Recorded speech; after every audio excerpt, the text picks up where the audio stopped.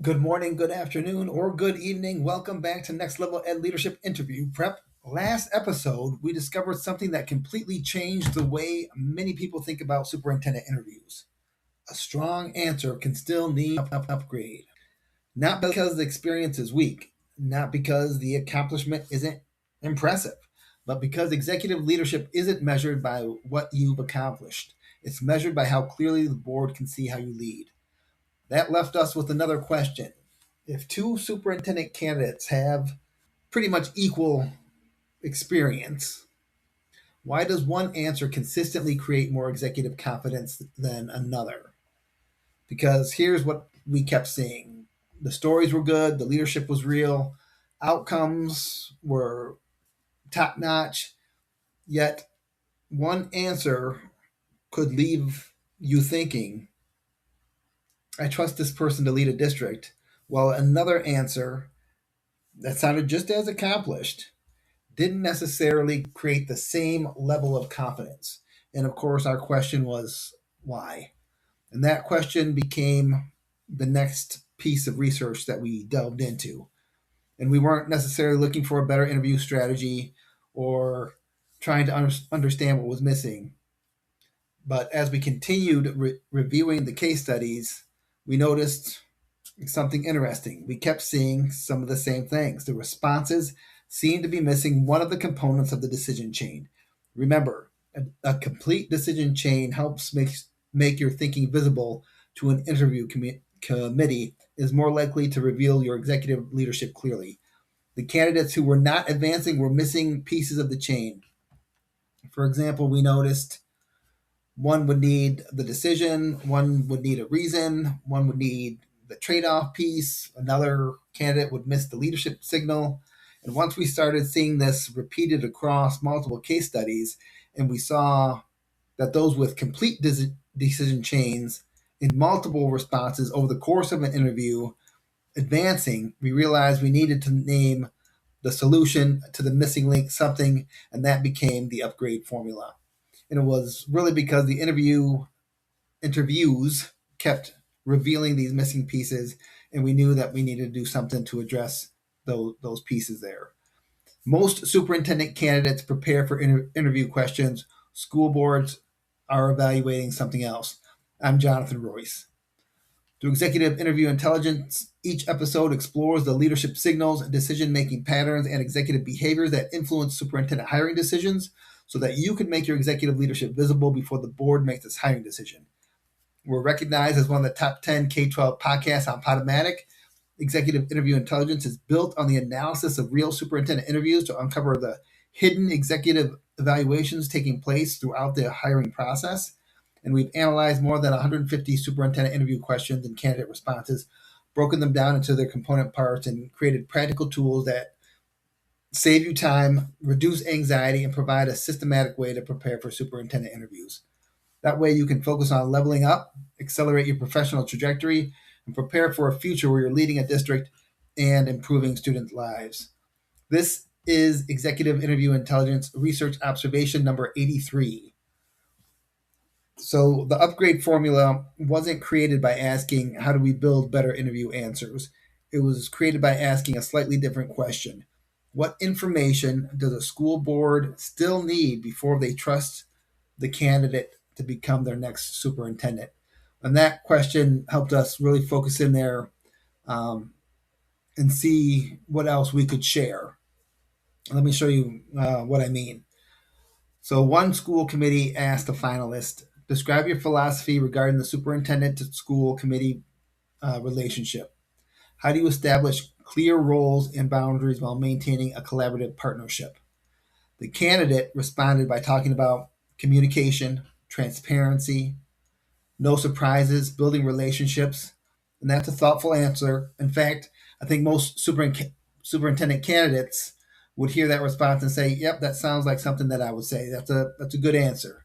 I agree, it is. One question that popped up, however, was what caused the philosophy there? Think about that. Excuse me. Every leadership philosophy develops because a leader encounters something, some sort of problem. They fail at something. There's a repeated pattern of some kind. maybe a constraint that they keep on running up against. But oftentimes, those are left out of an interview response, and the school board just never hears it. And they're told what the superintendent candidate believes, but they never discover what happened that made that belief necessary or what changed that candidate's belief from one thing to another. And so maybe strong answers weren't necessarily missing better stories. Maybe they were simply starting too late in the leadership process. We looked at another case study, and this one, the committee asked, can you give an example of a specific initiative you led that eliminated barriers for underserved students? The candidate described removing barriers from the course override process. Again, strong response. The committee learned what changed. They learned the outcome. But what we found was that we were asking ourselves another question there. What made this the right decision? Why this initiative as opposed to another? So we're talking about trade offs here. What was happening inside the district that convinced this particular candidate that this was the issue that needed to be solved? The story explained the solution. However, the executive thinking behind the solution remained mostly hidden. Then, as we continued reviewing our case studies, we realized that it didn't matter whether the topic was curriculum, governance, equity, finance, personnel, or community engagement. It just didn't matter. So we kept asking what problem forced this decision? And why was this decision chosen instead of another one? Those two questions kept exposing missing pieces of the decision chain and executive leadership the chain helps reveal. Again, it's not because the candidates lacked leadership, good candidates, strong candidates, but it was because the candidate assumed the board would infer the leadership. And here's the thing, sometimes they do, and sometimes they don't. And your interview is too important to leave executive leadership to inference. We can't have the board, the hiring committee, making guesses about what you're trying to reveal. It's our job to show them what we're thinking and why we're having those thoughts and why we're making those decisions. They need to be able to see that. One more example here before we finish up. One committee asked a finalist to describe data driven instruction.